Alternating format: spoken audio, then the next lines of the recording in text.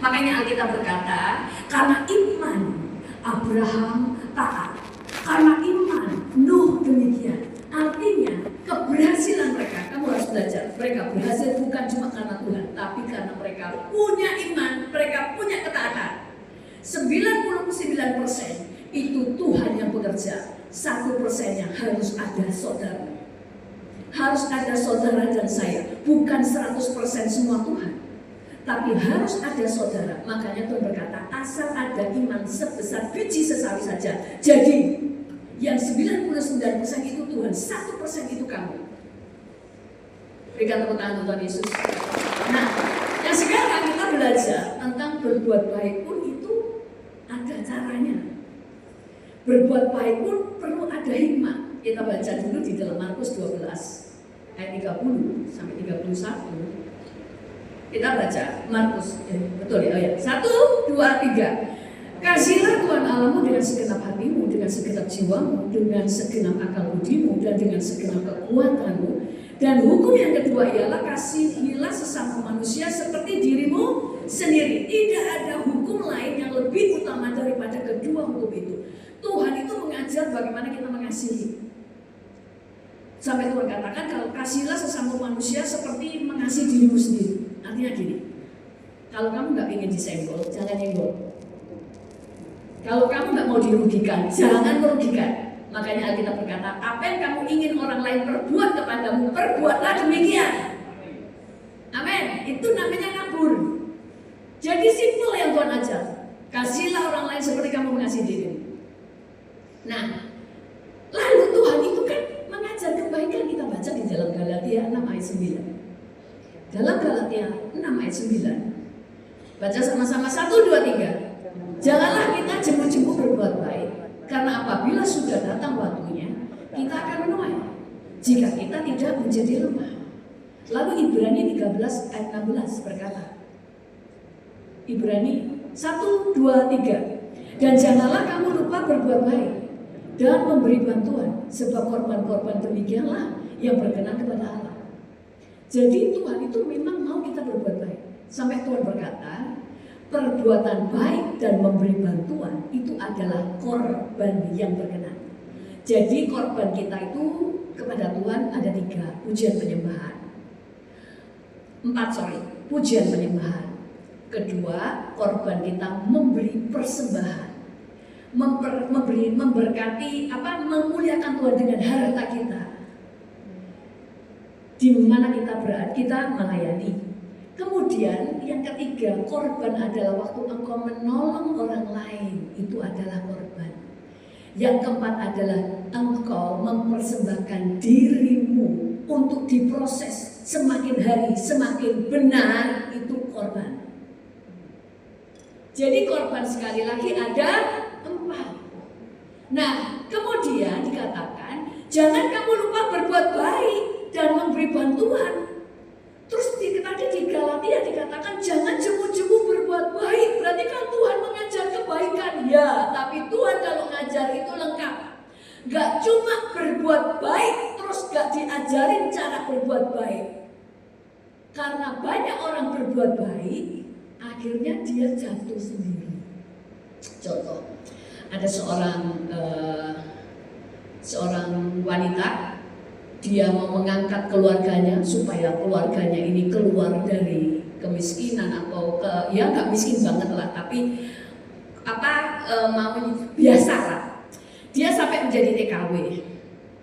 Dia kemudian membiayai keluarganya, dikuliahin semua anak adik-adiknya, dibangunkan rumah, pernikahan dibayarin, anak-anak mereka juga dikuliahkan. Semuanya sampai dia umur 60 tahun gak menikah, hanya untuk ngurusin keluarganya. Jadi TKW umur 60 dia gak kuat lagi sehingga harus pulang karena dia tubuhnya sudah sakit. Setelah sampai di rumah, dia gak punya rumah, dalam keadaan sakit, semua keluarganya menolak dia. Loh, kan kasih, kan mengasihi, kenapa kok akhirnya dia menuai demikian? Saudara harus tahu, firman Tuhan katakan apa yang kamu tabur kamu tuai.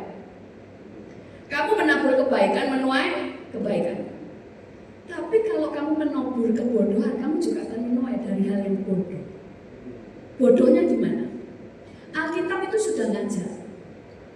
Saudara harus tahu, saudara tidak pernah dipanggil Tuhan menjadi juru selamat. Juru selamatnya cuma Yesus. Saudara mengasihi, tapi jangan membuat orang bergantung. Kalau orang sudah bergantung padamu, kamu sudah salah. Kamu sudah mengambil posisi Tuhan sehingga mereka tidak bergantung kepada Tuhan, tapi kepada kamu. Kamu sudah salah. Lalu Alkitab juga berkata, orang malas jangan dikasih makan.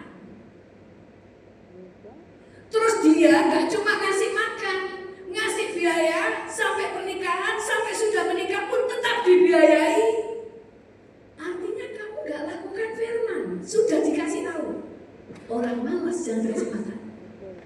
Kamu itu hanya menolong orang untuk dia akhirnya bisa berdiri di atas kaki mereka, bisa berdiri atas iman mereka, bisa berdiri untuk bisa bergantung kepada Tuhan.